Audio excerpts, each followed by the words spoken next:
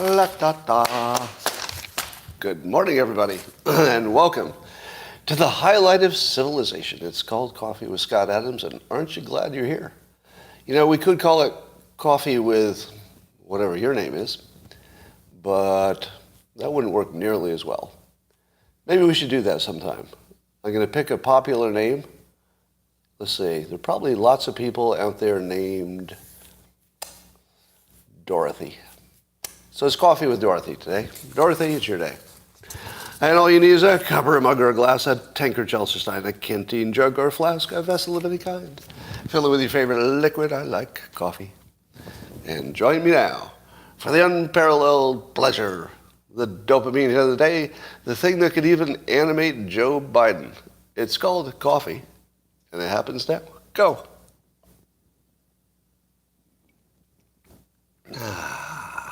Oh, yeah, that's good. That's good. Well, let's start with our first little bit of gaslighting. And this comes to you courtesy of CNN. Now, I made the mistake of looking at the CNN website and clicking on one of their links. Here's what I found. On the front page, this is what the link says, all right? So the link says, CNN poll, a majority of GOP voters don't want Trump to be the nominee in 2024. So that's what the link says. The link says most Republicans don't want Trump to run. So if you clicked on that link, what would you imagine the story would be? Do you think the story would be something about the Republicans don't want Trump to run? Right? All right, here's what the title of the piece is after you click the link. So the link, again, says Republicans don't want Trump to run. Click the link, and here's the headline. I swear to God, I'm just reading this off of CNN's own site, all right? I'll click the link. All right, Republicans don't want Trump to be the nominee. And then the story is by Kate Sullivan. CNN poll, 75% of Democratic voters want someone other than Biden in 2024. 54% of Republicans didn't want Trump running. 75% of Democrats don't want Biden running. The title to the piece is about Trump. The headline of their actual story, this is CNN's own story. They're not linking outside their site. This is all within CNN right now. You could go look at this yourself. The story is the opposite of the title. The title tells you there's something wrong with Trump. The story is about something wrong with Biden. Have you ever seen something that direct? Isn't it just a link error? Nope, it's not a link error because the story does include the fact that the GOP, 54% of them don't want Trump. But it's a buried context within the larger story. The larger story is people don't want Biden.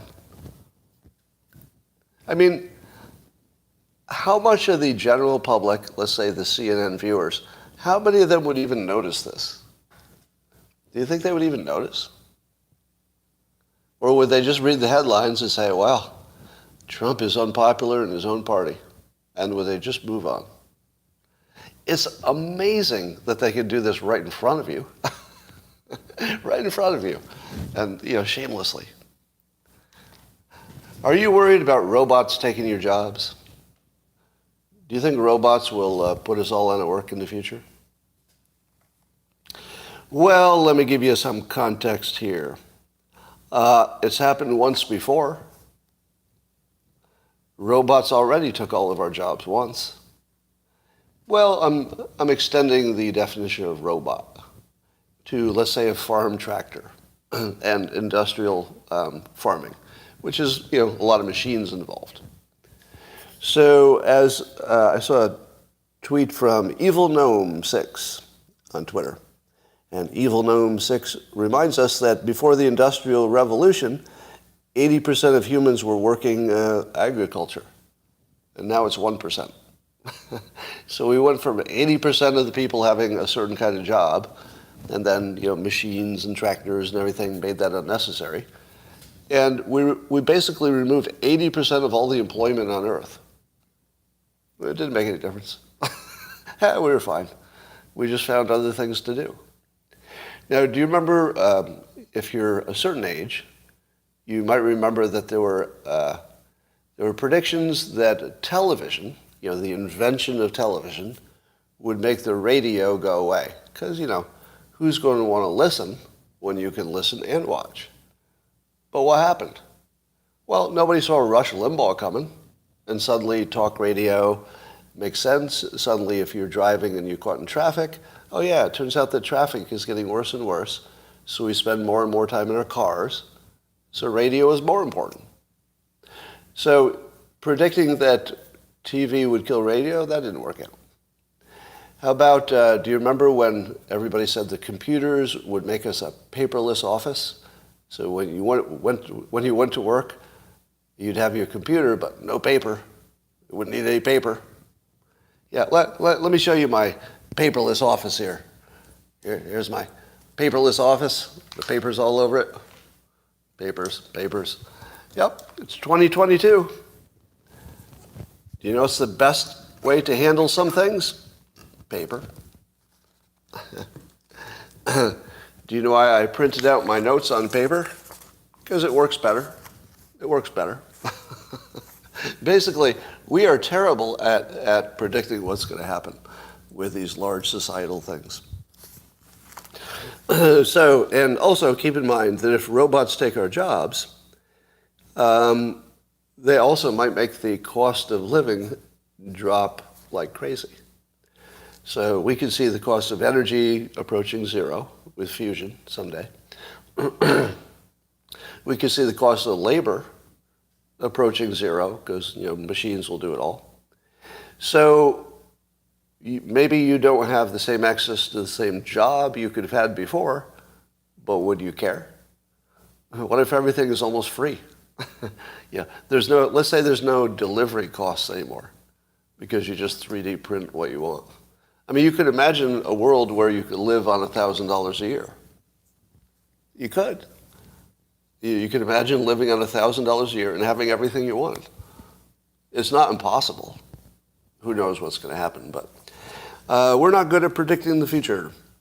All right, here's some more interesting news. Apparently, Ukraine has blown up one of their own major bridges to keep the Russians from advancing. And I guess they probably, we don't know for sure, but they probably used one of these HIMARS systems, HIMARS, that the U.S. provided. So these are long-range, accurate missiles. Looks like they took out that bridge. But here's a question I ask you. Have we reached a point in which nobody's ever going to be able to move big equipment into another country as long as that country that's being attacked has access to these types of weapons? I don't see how the Russians can advance if we're providing these accurate missiles, because it doesn't take too many missiles to disrupt a supply chain, does it?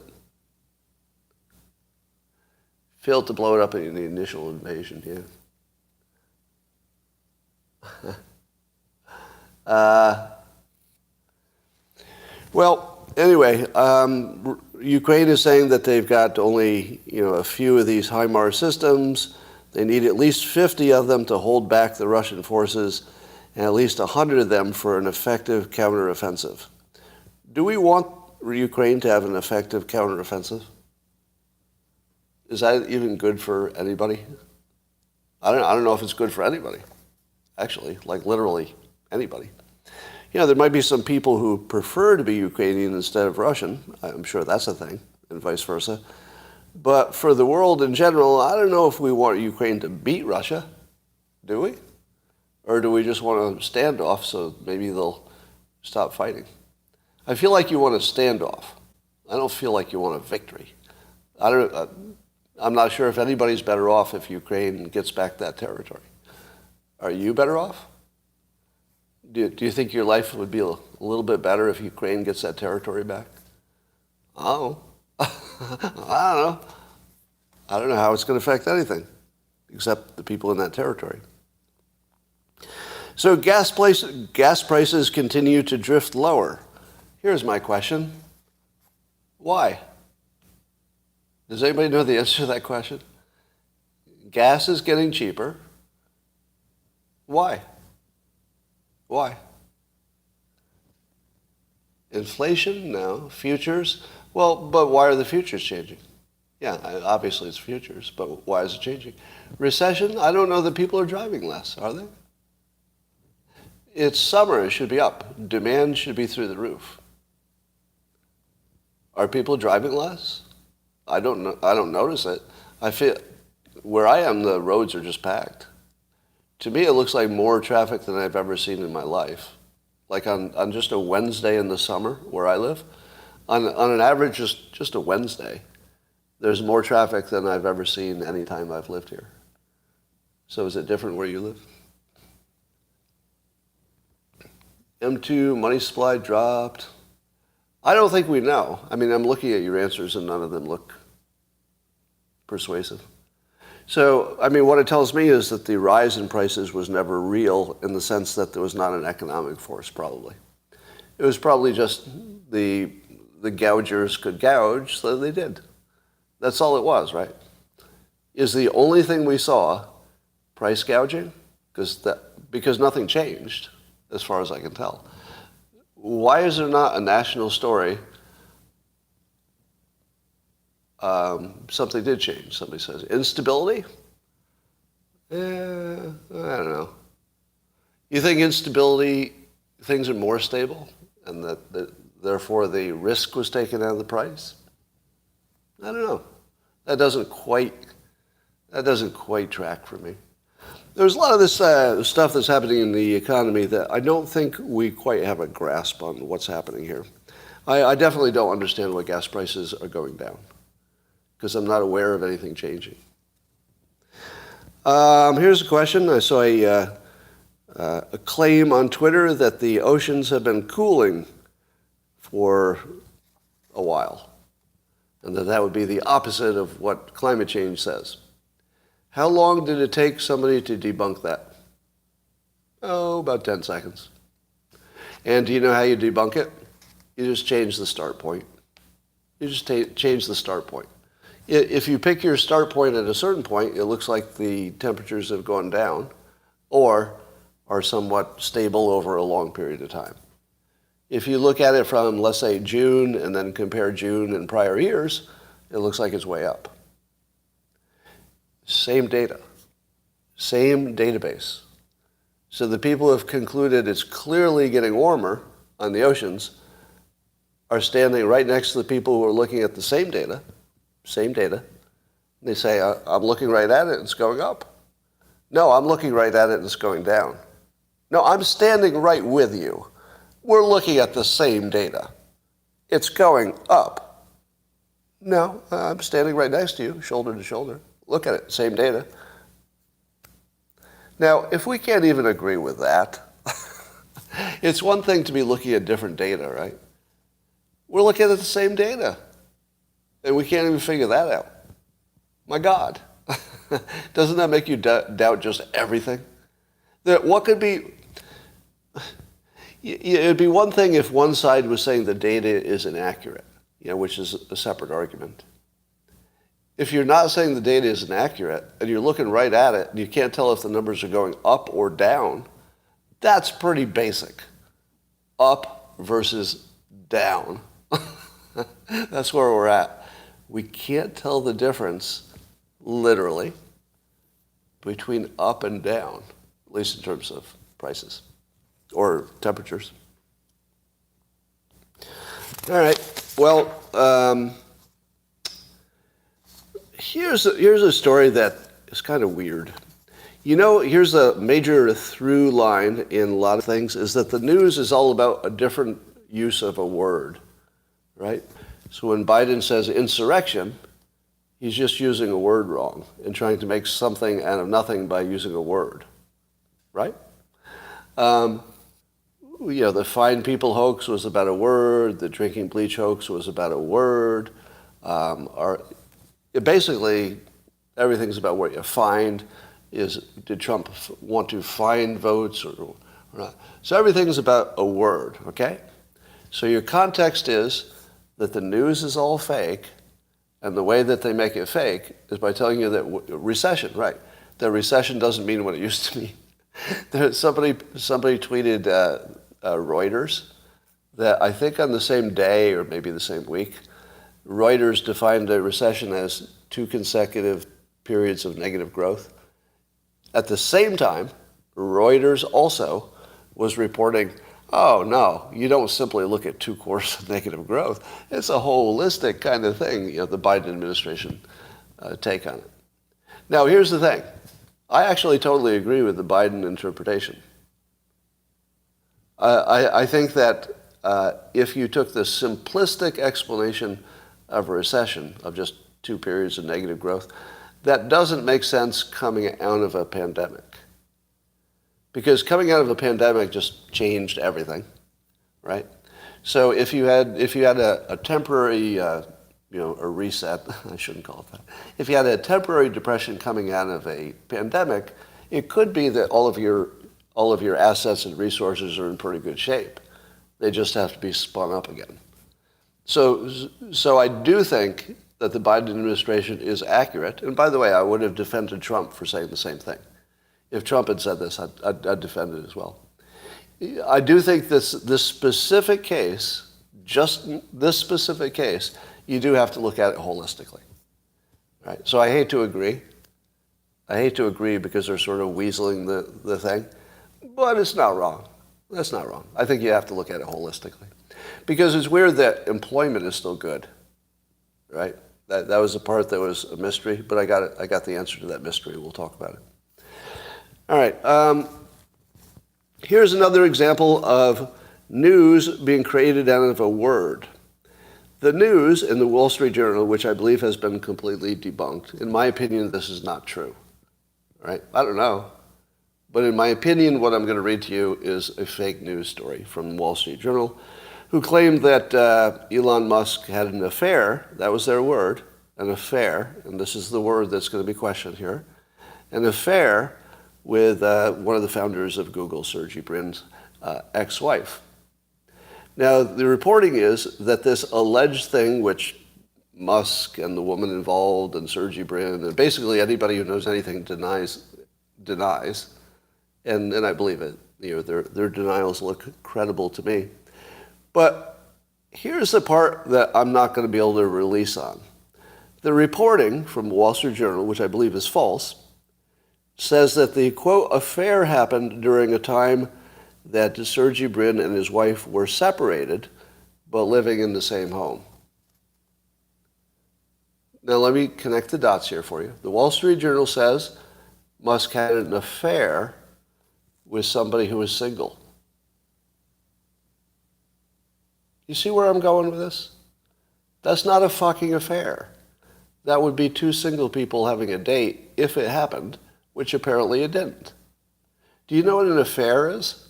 I had to look up the definition because I thought I was going fucking crazy.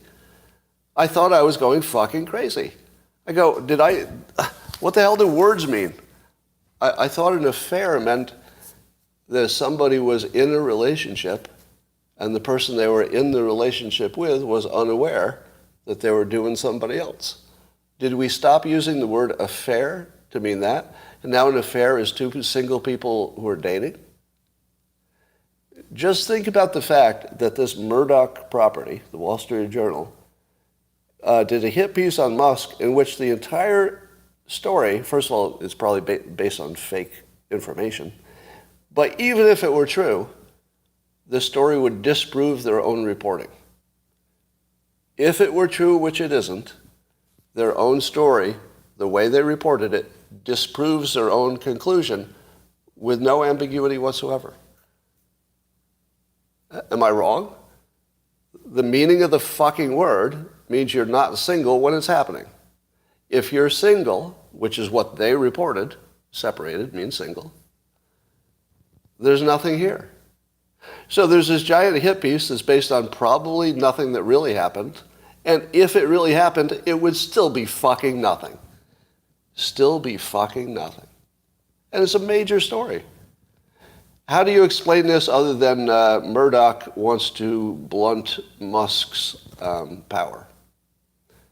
I feel like Elon Musk was becoming too influential in the news business, simply by tweeting and maybe taking over Twitter. We don't know if that's going to happen. But I feel like Murdoch was feeling that his own, this is just speculation, right? I have no way of knowing this. But the speculation is that Musk is going to be hit with these hit pieces because the more powerful Musk's persuasion is, the less powerful Murdoch's entities that he uses persuasion for would be. This looks like a billionaire fight. What would you say? I think it's Murdoch versus Musk, and there's nothing else to it. That's what it feels like. Just speculation. Well, the Pope has gone on an apology tour. He's visiting Canada to apologize for the church's role in, well, listen to this allegation. And I guess the Pope is confessing and apologizing, so I guess it's beyond an allegation. So this is history, I guess. So it's a pilgrimage of penance, he says, to apologize to the indigenous populations for, I guess, the Roman Catholic Church from the 19th century through the 1970s, right? So a long period of time.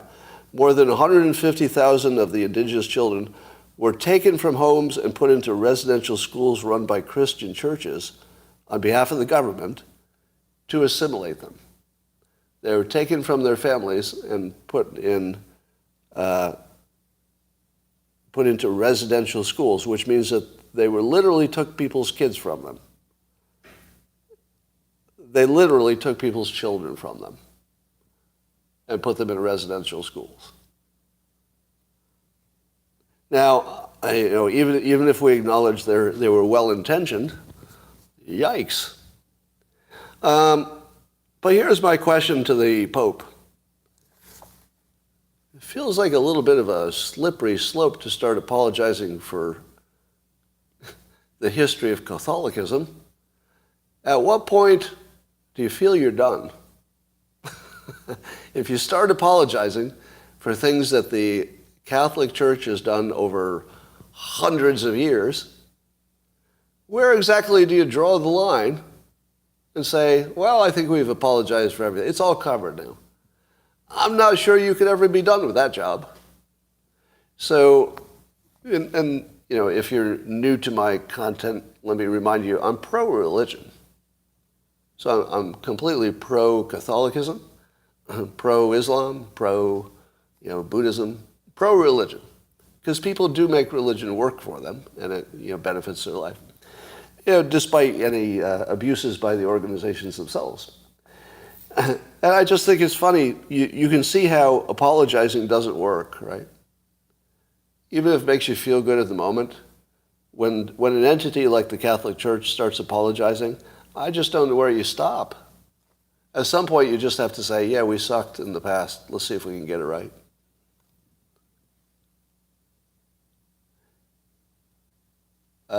Catholicism. Somebody says it's pronounced Catholicism? That's not right, is it? All right, well, it doesn't matter. How many of you think that Klaus Schwab, the person associated with the Great Reset, how many of you believe that he once said that in the future you won't own anything and you'll like it? How many believe that he said that? In the future, you won't own anything and you'll like it. Have you ever tried Googling that to see if that actually really happened? Never happened. It's one of the most pervasive beliefs on the right. Never happened. Nope, didn't happen. I'll tell you what did happen that people think happened. What he did say is in the future, you might have things delivered to you by drone that you would rent. That you would have things delivered by drone that you would rent. You wouldn't own it. Now, he did say that, right? Am I right? He said that you would have things delivered by drone and that you would rent them. You wouldn't own them.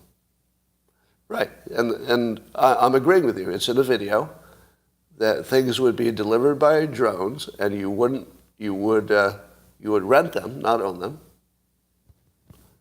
Now, what kinds of things can be delivered by a drone? What do you think? What kind of things can be delivered by a drone? Well, I can think of, let's say you needed a specialized tool or even a specialized medical device. Let's say you needed a medical device, or like the other day I needed a tool to check on my internet connectivity. So I wanted a special meter that would tell me if my Ethernet jack was alive. Did I need to own that? Did I need to own that? Or if I could call up a drone to be there in an hour with that tool, and I rented it, and I put it back on the drone and returned it, would I be happy? Probably. I'd be happy, because I wouldn't have to buy it for something I would only use once, and I'd be happy. Now, here's the context. How do you get to the point where drones are delivering things you can rent? What is the possible way you could ever get to that future? I can only see one way. Market forces. Just market forces. They'll make the drones better. Leasing is better than buying for some types of products, but not all. All I see is Klaus Schwab. All I see is him saying the obvious, that market forces will have us delivering things that we rent and we'll like it. Why wouldn't you like that? It's just an option. They didn't take away your ability to own a tool. They just said you could get one for rent if you wanted. To me, this is just a statement of the most obvious market force predictions. Drones will deliver stuff you can rent. Now, how about owning a private automobile? Do you think the World Economic Forum wants you to not own a private automobile? Probably, yeah. Yeah, I agree. Do you know what's going to make that happen? Market forces. It's not going to be them. The minute I cannot own a car, I'm all over it. The minute I don't have to own a car and I can still get anywhere I want, I am getting rid of my fucking car that day. The day I don't need a car, it's gone, right? Now, you might say, no, I love my car, and I'll bet you get to keep it. I'll bet you get to keep your car for a long time, probably your whole lifetime. But at some point, it just won't make sense to own a car. It won't make sense for you as an individual. You can use your garage for something else. So what I see with this old Klaus Schwab thing is that he talks about market forces delivering us a different kind of society that we would enjoy, but not taking away all our options, just giving us more options, and it would move in a certain way. Now, so somebody says, here it is, here's the video. Now, I can watch the video, but remember, I just agreed with you what it says. So watching the video doesn't move our argument forward, because you're saying it and I'm saying it, the same thing. He did say that you'll rent things in the future. He did say that. We're all agreeing on that, so I don't have to see it. But what's it mean? He didn't say we're going to introduce some communism so you can't own things. Market forces alone will make you not want to own a car. I already don't want to own a car. Owning a car is the worst deal in the world.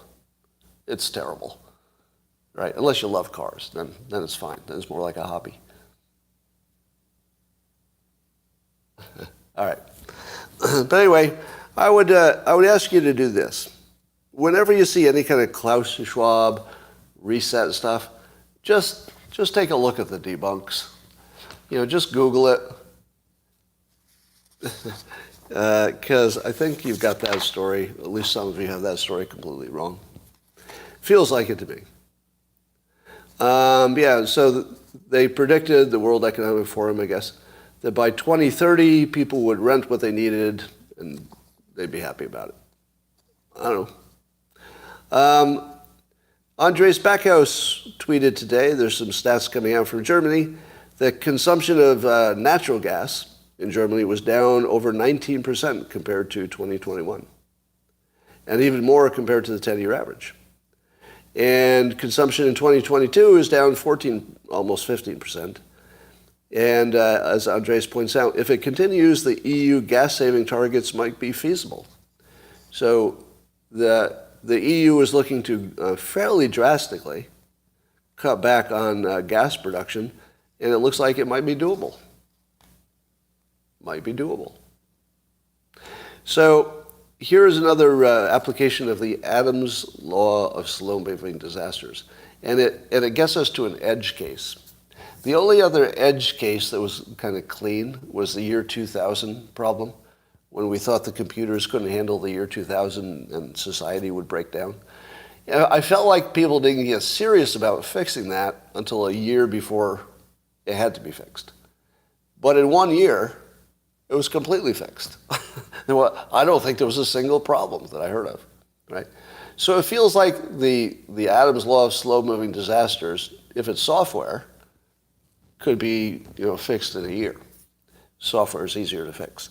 But what happens when you know, let's say a year in advance-ish, that you might have to cut back your energy production by 20% or whatever the guideline is? Is a year enough for people to change all the things they do enough to cut back 20%? And I think the answer is yes.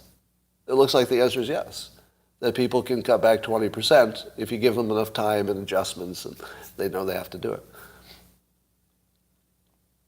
Yeah, if you have COVID going on. But this is sort of semi-post-COVID. Likewise, Germany just said it's going to fire up 3 more nuclear plants. If this sounds like a repeat, it's 3 more. So they already announced they were going to reopen some plants, and they just announced 3 more are likely to be reopened. And apparently they can do it quickly. Apparently they can do this in a year or so because they're already built. They just have to be fired up. Does Adams' law apply to Lake Mead? The answer is yes, in the sense that will California run out of water? I think not. But I don't know how we're going to avoid it. Frankly, I have no idea how we're going to avoid running out of water in California. But we do have time to figure it out. So I think we'll figure it out, but who knows? Anyway. All right. Anyway, Germany looks like it'll be okay. Despite how Putin's threat to them is pretty serious, I think they'll be okay. Here are 2 news stories that are happening at the same time, and we're pretending that they're not. Number 1, the January 6th story, is that Trump was allegedly too slow, 178 minutes too slow, in speaking out against the protests and the potential violence. And that, of course, was during the fog of war, when Trump probably didn't know exactly what was going on because nobody did. So that's one story, that Trump was too slow. Now, nobody's saying that he did the wrong thing when he acted, because he did tell people to be nonviolent. But the complaint is it took too long. All right, so that's one story. Trump took too long, minutes actually, too long. Second story, which we're going to pretend is unrelated to the first, is that insiders are complaining that in the Biden administration, Biden is putting off important decisions for as long as a year. Right, so Trump can't be president, the Democrats say, because in the fog of war, it took him 178 minutes to act, and 2 of the major publications owned that are, dominate the Democrat world, the Washington Post and the New York Times, have both debunked this, but still, that's the claim, that he waited too long to act. Minutes, I say. He waited minutes to act. Meanwhile, Joe Biden puts off important decisions for up to a year, and nobody knows why, and they're really mad about it. Well, I'll tell you why. He's not capable. Is there another reason? He's not capable. Now, here's a little mental experiment for you. Imagine if Joe Biden had been in charge when something like January 6th happened. Not January 6th, but something like it. Can you picture him in charge and making quick decisions when he puts off normal decisions for a year? He's clearly not all there. And it's a fog of war, and people are telling him competing things. But just put that in your mind. It doesn't go well. It doesn't go well. Have you seen the back-to-back videos of Biden speaking twice in one day and how he looks like a completely different person?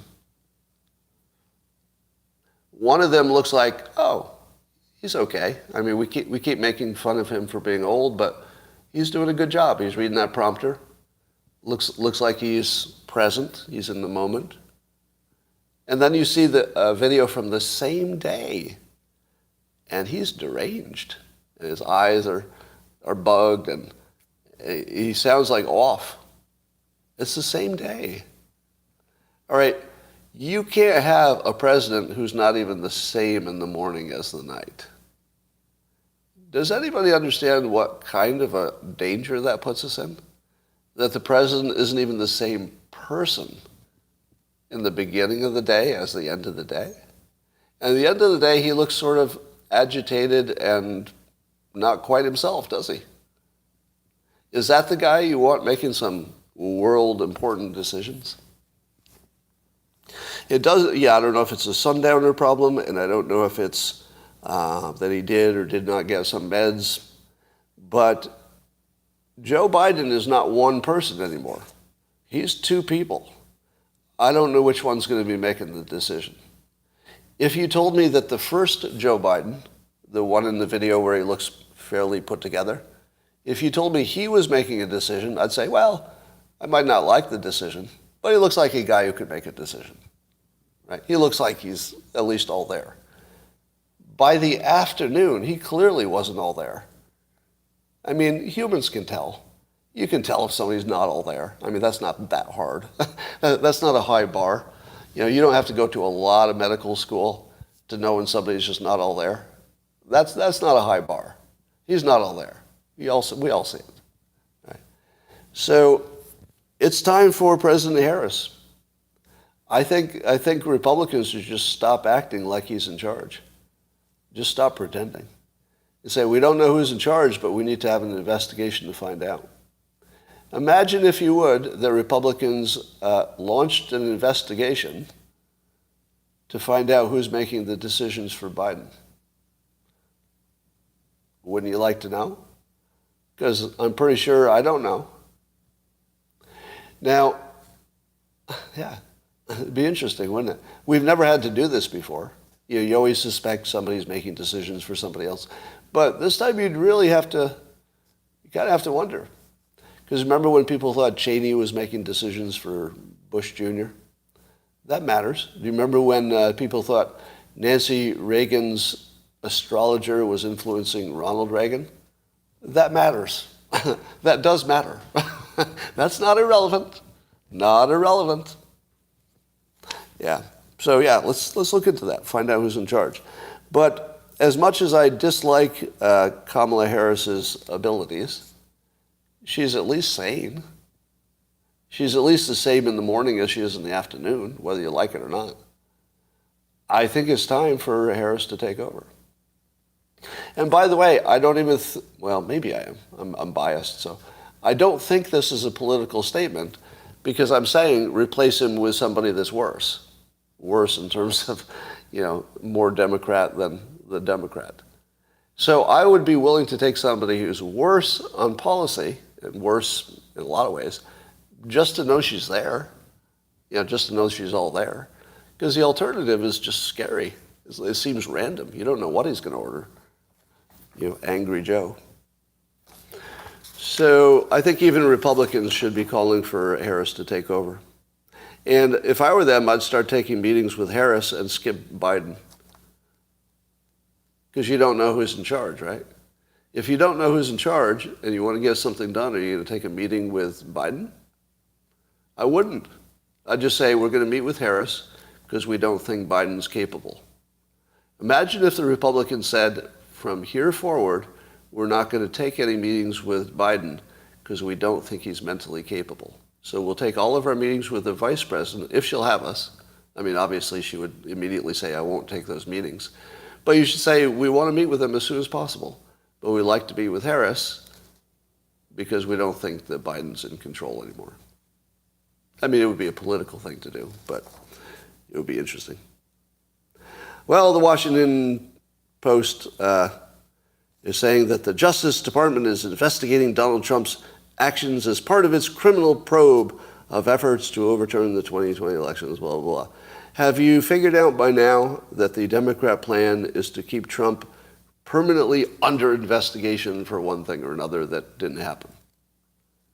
It's pretty clear that their plan is to keep him criminally probed forever without ever finding anything. Because if there was anything to find, I don't know if there's ever been a better vetted president in our life. This would be the one guy I wouldn't be worried about finding out something after he became president. You worry about that with every president, don't you? What happens if this president gets in office and a minute later we find out something we wish we had known? How in the world could there be anything about Trump we don't know at this point? I mean, that we could find out. And maybe could happen. All right. Have I ever told you before that the Democrats are really the woman party? The woman party? Now, you think of them as, the party of LGBTQ and the party of, black Americans and more inclusiveness and, of course, women.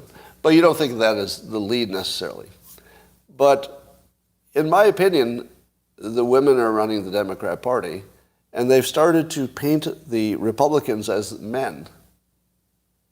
So here's a tweet from, let's see, who is this? Midas Touch. So this is a Democrat group that tweets and does other stuff. And they're saying that Republicans, they're characterizing Republicans this way as, quote, we're going to make women our property, turn America into a dictatorship, and raise the Nazi flag once again. And that's Midas Touch, right? And they complain that the media is complaining about the price of gas instead of talking about how the Republicans are trying to make women their property. To which I say, Republicans can be women. Am I wrong? I'm pretty sure Republicans can actually be women. And, yeah, right here. So it's amazing that somebody who's a Democrat actually, I think, is admitting that they see it this way, that the Democrats are the party of women and the Republicans are the party of men. But are there more Republican men than women? I don't even know that. There might be. Can somebody tell me that? If you just looked at Republicans only, are more of the voters women or men? Because there are more women than men in general, right?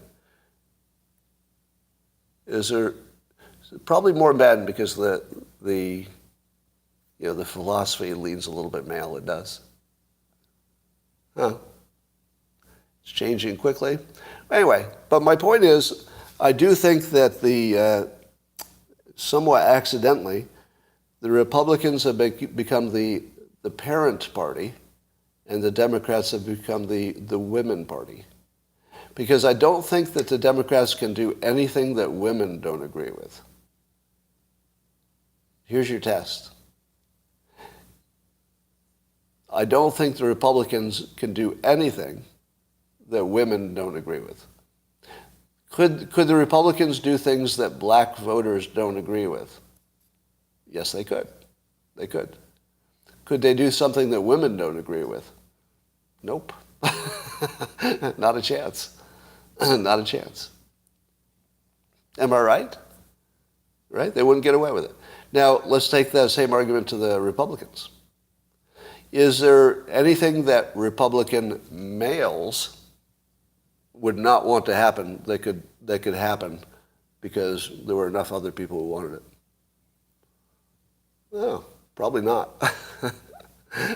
I've got a feeling that the Republican Party does have a male bias, and that the Democrat Party does have a female bias, but the Republican Party seems more explicitly parental in nature. It's more about adults, right? It's an interesting matchup, women versus parents. And you can see it in so many ways. Well, by more than 4-to-1 margin, according to Rasmussen poll, Americans say the nation's problem with opioid drugs, fentanyl being the worst of them, is getting worse, not better, and they don't think Biden is doing enough. So 44% of Americans believe that the crisis has gotten worse, and just 10% think it's gotten better. How in the world could anybody think the opioid crisis got better? There's more drugs. 10%. Crazy. Oh, another 16% are not sure. Let's see. 10% think the opioid crisis is getting better. 16% are not sure. The math at 10 plus is 16, 26%, nearly a quarter. About a quarter of the country is batshit fucking stupid. Well, that's a surprise. All right. So Biden's failing on that, and I think that here's a prediction that I will bank on. You know how follow the money always explains everything, right? Follow the money explains everything. If you look at the opioid and the fentanyl situation, follow the money tells you exactly what's going to happen. Number one, there will be more fentanyl shipped into the country. Why? Why? Because it makes money.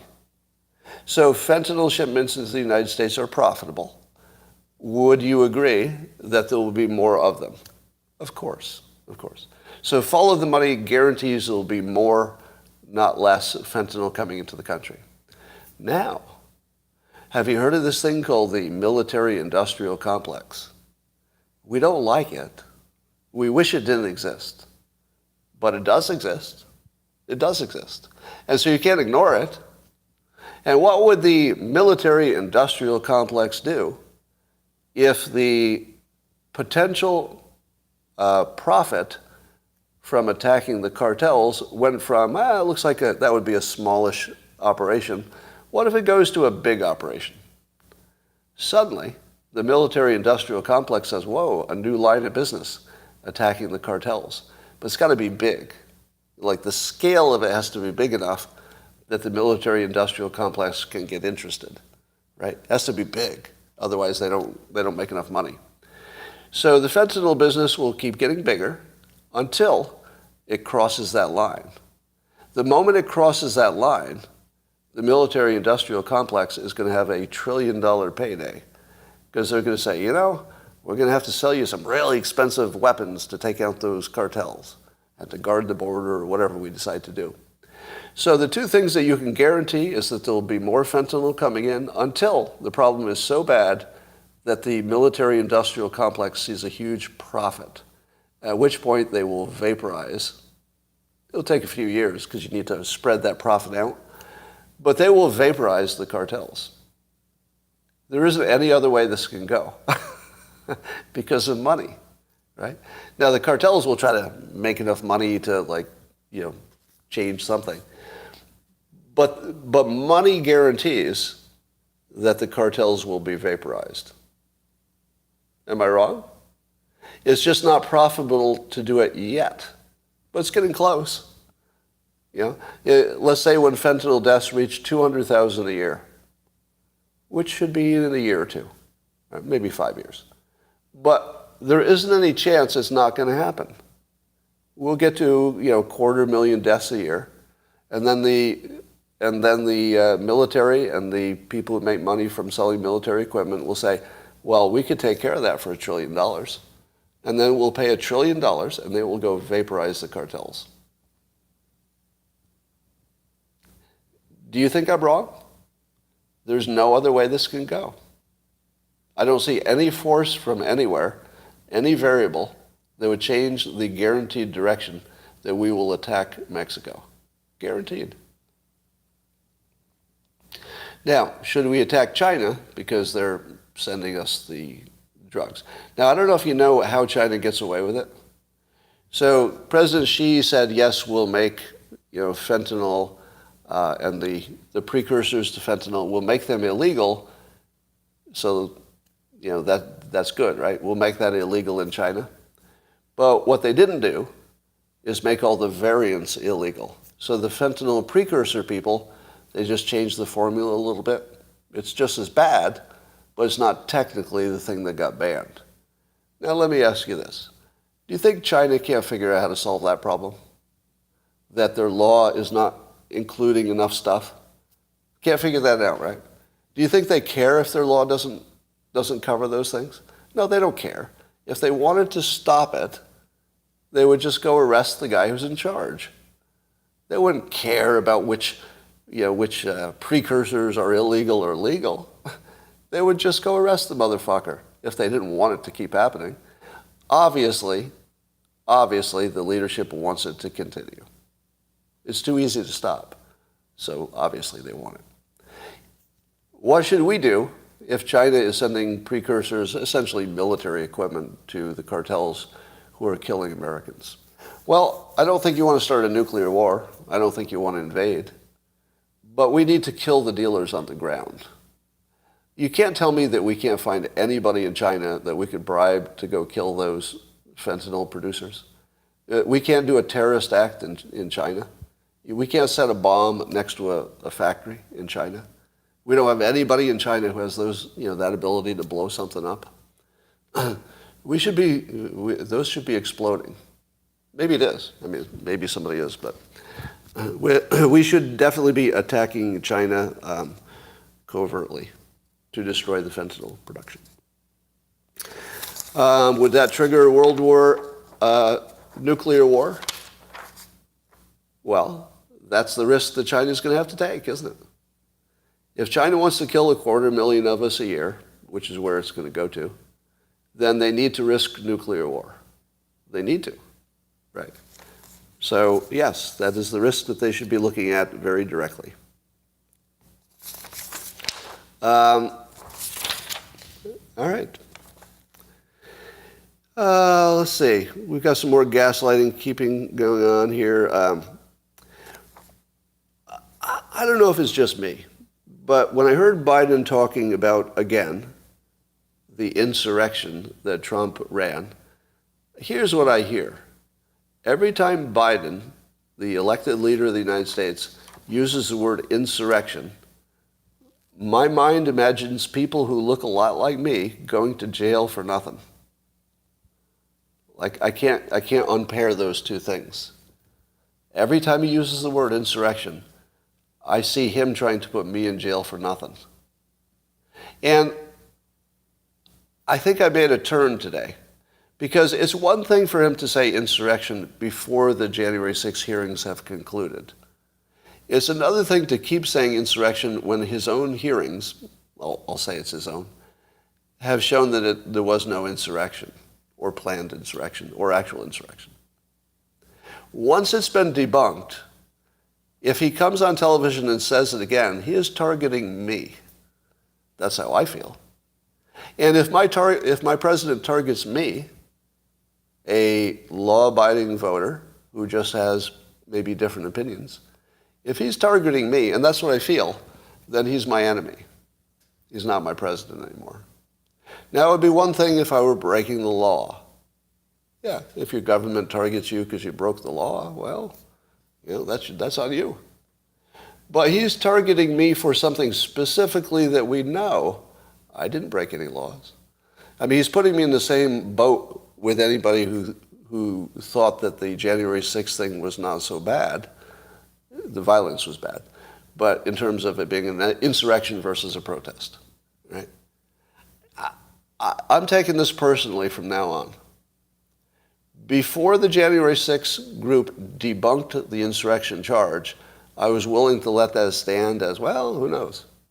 But now that it's debunked, this is personal. And this is Biden against citizens. It's against Republicans, basically. And this is the thing that Democrats continue to do. They're not targeting policy or preferences, they're targeting people. And this is a dark turn, yeah. So that whole dark thing, shark eyes. Yeah, Biden did have shark eyes. Like I saw that too. There's something wrong with his eyes.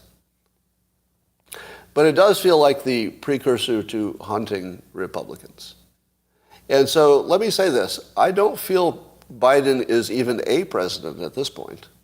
He's just a malign force. Because I don't think he's capable of doing the job. Who knows what's behind it. But this is personal now. So I want the Republicans, or the Democrats to know that they're walking up to a line.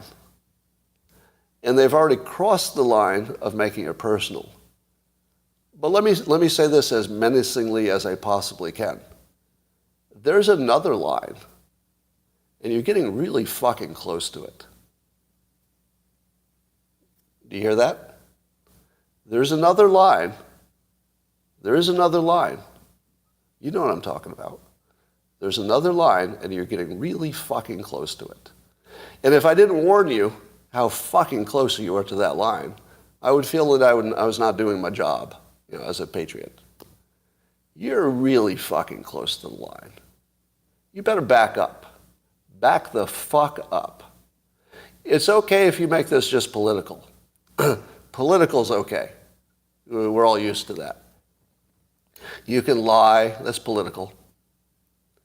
But when you start painting half of the country as insurrectionists, that's a line you need to back the fuck up off of, okay? And we need to be as clear about this as possible.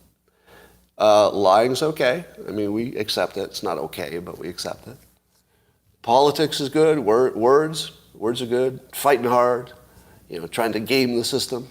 That's all okay. But you're getting really close to the line. And his last speech was dark and chilling and directed at citizens, in my opinion. That's how I took it. I took it directed at citizens. You direct your shit as citizens who are law-abiding and were trying to do the right thing, I'm positive. I think January 6th was people trying to do the right thing. They didn't, but I think they tried. But I don't know how I can say this more carefully. There is a line. Back the fuck off it. Are you with me? Is this just me? You see the line too, right? Don't pretend there's no line. There's a fucking line. And back the fuck off it. And when I say back the fuck off it, I mean with the insurrection talk. You need to correct that, Mr. Joe Biden and Mr. Democrats. This isn't play, right? You've been in the political play field, and that's okay. A little bit of play, hyperbole, even a little lying. It's all part of the political process. That's good. As long as you're talking politics, as long as you're insulting, politicians. You could even, I don't even mind if you make some general statements about Republicans or general statements about Democrats. That's fine. Yeah. All the Democrats are socialists. Yeah. All the Republicans are, want to control women. Whatever. That's fine. That's all fine. But you have to know there's a fucking line, and if you don't see it, don't say you weren't warned, right? You make this personal, you better back the fuck up. So that's all I'm saying. Somebody needed to say it. All right, that's about it. That's about it. All right. I don't even care about the hypocrisy, right? There's just a whole bunch of stuff that's okay, just because historically we've allowed that in politics. Yeah, the hypocrisy, the lying, the hyperbole, the dirty tricks, the scheming, the fake news. That's okay. Yeah, we're used to that. But just make sure you know where the line is. All right. You want an insurrection? I'll give you an insurrection. Yeah, CNN headline, right-wing cartoonist calls for civil war. Well, I'm calling to avoid a civil war is what I'm calling. And I'm saying that, you know that slippery slope thing I keep talking about? Where I'm usually debunking it, but then changing my mind halfway through. Democrats can push. Now, let me ask you this. Do you have the same feeling I do that it feels like Democrats are people who complain about everything no matter how small, and Republicans are people who are okay until they're not okay? But that could be just I'm reading my own personality into some things. It feels like that, right? And here would be the blind spot. The blind spot would be if Democrats are looking at Republicans and they're not seeing as much complaining as they would expect. Because if the Democrats were in that position, you'd see lots of complaining. The lack of complaining from the Republicans should not make you feel comfortable, right? You feel me, right? The lack of complaining from Republicans about the way they're being treated should not be taken as comfort. Because Republicans are okay with things until they're not. Democrats are just mad all the time about everything because the way they get resources is by complaining. How do men get resources in the traditional, let's say, the sexist world? They go work, right? They get a job, they go work. How do women get resources in our sexist world? Again, lots of exceptions, blah, blah, blah, blah, blah. How do women get resources? By making men feel bad, complaining, right? Sorry, that's how it works. You know that. Yeah, don't give it any trouble with this, because you know it's true. You know it's true. Now, if I said that's true of every woman, I'd be lying. And if I said that's true of every man, I'd be lying. And if I said the world were only men and women, well, I think that also is too simplistic, because you've got lots of gender ambiguity.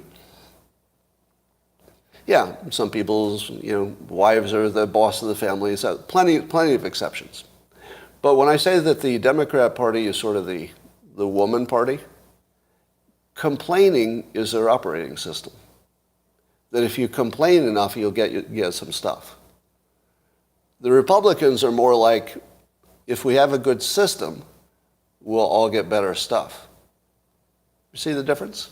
It's a complaint-based operating system versus let's say, a system or machine-based thing. Like, if you make the machine work, we all get good stuff. So let's work on the machine. And the Democrats are more like, if I complain enough, I can get some of your stuff. So one of them is based on an abundance mindset. I'll go work, I'll create a system that makes more for everybody. And the other is based on a shortages mindset.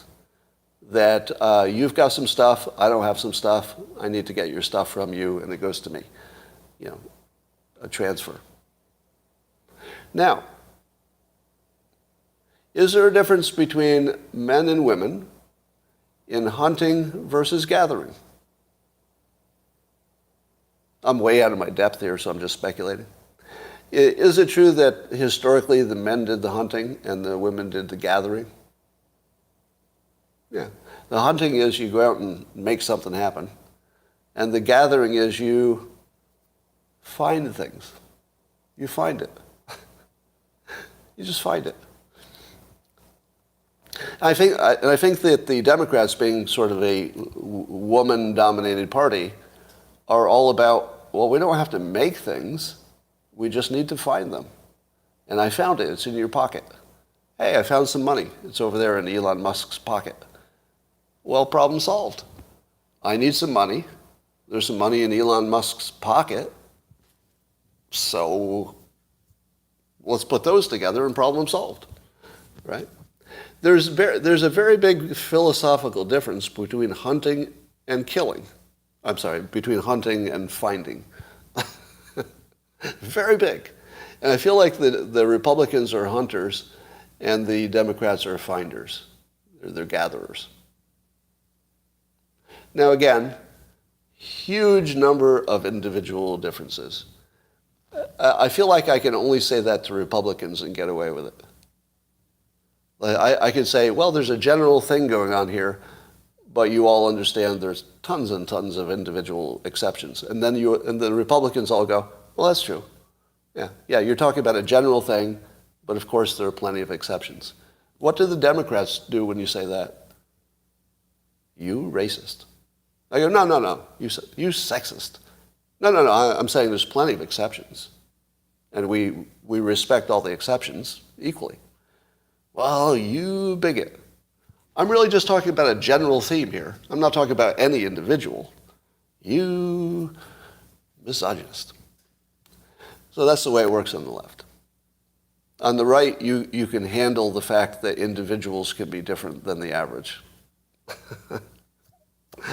Apparently that's a concept that's not universally understood. Somebody says that has a very funny female joke that's extremely sexist and you can't say it. Well, why did you announce it? Don't announce a joke you're not going to tell us. Let me introduce you to the humor rule. The humor rule goes like this. You can't tell me there's a joke you can't tell me. You can either not mention it or you can tell me the joke. Those are the rules. I didn't make them up. I did not make them up. But I would not encourage you to say that joke on YouTube. If this were the locals platform, they could tell that joke. Do you know why? Because people on the locals platform would know it's a joke. That's the difference. And they'd say, okay, that's insulting, but it's pretty funny. Right? On the locals, people insult me all the time, but if it's funny, that's fine. If it's funny. All right. You're saying gathering and hunting are both harvesting? Yeah, I feel a difference. I see what you're saying. You're using a word to change the argument. Don't use words to change my argument. You know what I'm talking about. All right. I haven't seen any big California fires. Somebody was asking me. It's possible that California has figured out how to stop the big fires because they now have that emergency helicopter brigade that gets on stuff quickly and works at night. Now they can operate at night as well. Is Yosemite on fire? Okay. Well, it's not nearly as bad as it used to be. Our air quality is actually good where I am. All right. Well, I hope they get that Yosemite fire under control.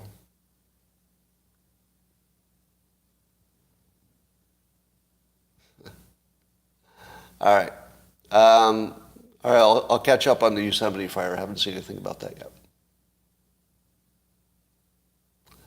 We're going to smoke from the Yosemite fire as we really. All right. So I guess I didn't know about the Yosemite fire. I'll take a look at that. There's an Oakland fire? Did California clear the underbrush? You know, I didn't hear anything about that. But I also don't know, is there any use for underbrush? Is there any way you can monetize underbrush? Can you collect enough of it to turn it into anything? Can you turn it into some biofuel? You can do a biomass thing, right? Mulch. Fertilizer? Does it work as fertilizer? Underbrush makes the soil of the forest. Yeah. Well, yeah, I guess they do need soil, but do they always need more if you have enough for a tree? Oh, the oak fire's out. All right. What about Zelensky? All right, I think that's all we've got for today, and I believe that we've done our job. Is this the best live stream you've ever seen? Am I mistaken, or does it look exactly like it is? It is. It is. And let me ask you something. So good it hurts. Let me ask you something. Do you think we make a difference? Like collectively? So I would have, no impact on anything if I didn't have an audience. So the audience basically, imbues me with whatever energy I have. I think we do. I think we do. Because I think we're approaching the point where if you and I collectively, all of you, plural, if you and I collectively thought something was a terrible, terrible idea, I feel like it would be harder for a government to do it. Just because, our opinions do have enough of a reach that it would be embarrassing to do something that was just a bad idea and had been clearly described as a bad idea. So clarity is one of the things I feel like we can add to the system. What do you think? Maybe that's the only thing. Maybe the only thing I add to the system is clarity and context. Because that's all I'm trying to do. I'm trying to only add clarity and context.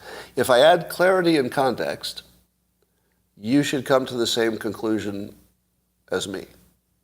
So I'm not trying to necessarily change your mind with argument. I'm trying to make sure that you see the same things I see.